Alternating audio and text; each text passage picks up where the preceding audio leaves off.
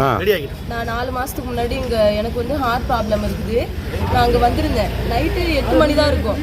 அப்பயே பார்த்தா ஹாஸ்பிட்டலில் டாக்டர் இல்லை, நர்ஸ் மட்டும் பார்த்துட்டு நீங்கள் ஜிஹெச் தான் போயிடணும் அப்படி இப்படின்னு சொல்லிட்டு இதில் 28 வயசு பொண்ணுக்கு நெஞ்சு வலி அப்படின்னு சொல்கிறாங்க. அப்போ வந்திருக்கணும்ல டாக்டரு.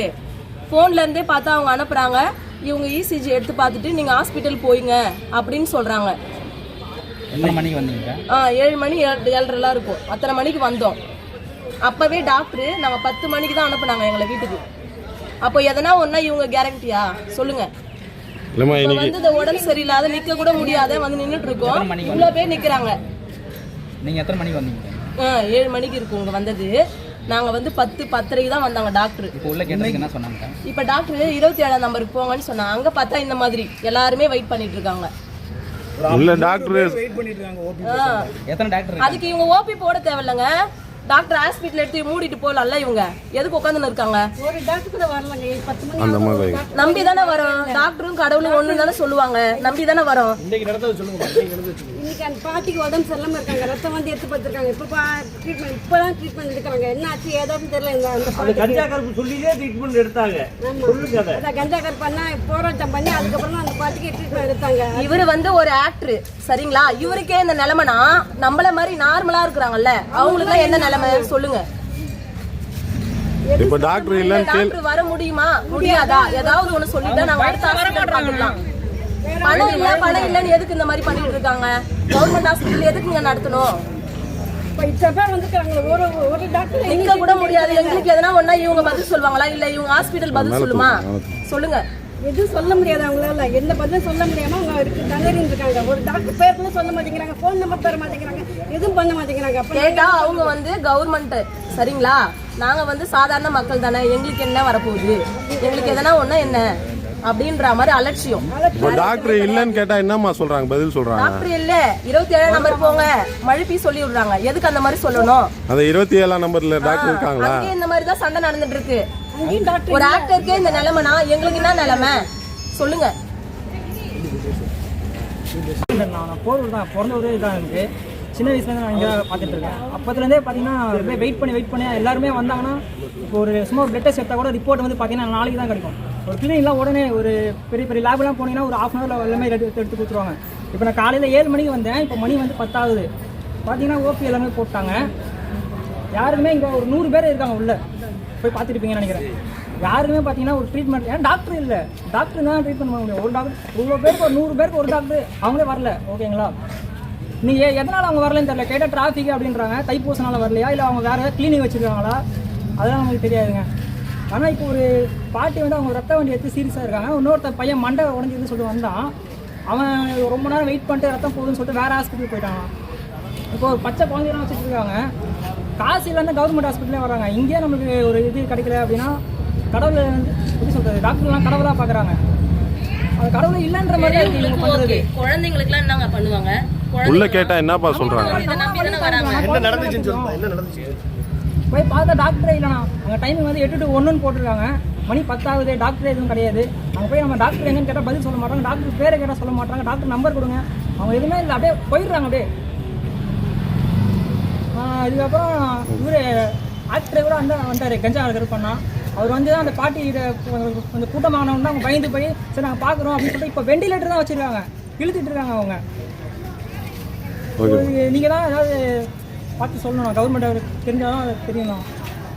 குழந்தைங்க வயசானவங்க அவங்களாம் எப்படின்னா வருவாங்க. இதில் பார்த்தீங்கன்னா முக்கால்வாசி பார்த்தீங்கன்னா ப்ரெக்னன்ஸ் தான் பார்க்குறாங்க.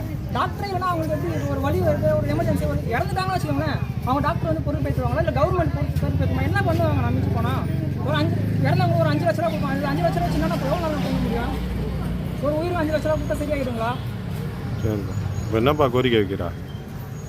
கவர்மெண்ட் ஹாஸ்பிட்டல் நல்லா டாக்டர்லாம் கரெக்டாக டைமிங்க்கு வரணும். அவங்க ஷிஃப்ட் ஷெடியூலாக என்னன்னு தெரியல, டாக்டர்லாம் டைமிங்க்கு வரணும். ஒரே ஒரு ரெக்வஸ்ட் தானா? இலவசம் சொல்லிட்டு இப்படி வராமல் இருக்கிறது. 1 லட்ச ரூபா 2 லட்ச ரூபா சம்பளம் வாங்குறாங்க. 8 to 1 தான் டைமிங்கு. அவங்க கிளினிக் தனியாக வச்சு நடக்கிறது. அப்போ அப்படின்னா அவங்க கிளினிக்லேயே பார்த்து சொல்லுங்கண்ணா, எதுவும் அவங்க கவர்மெண்ட் வரணும்? ஒரு நாள் முதல்வர் மாதிரி இவர் வந்து ஒரு நாளைக்கு முதல்வர் ஆச்சுன்னா அதுக்கப்புறம் டாக்டர் ஃபுல்லாக கரெக்டாக வேலை பார்ப்பாங்க, இல்லைன்னா பார்க்க மாட்டாங்க.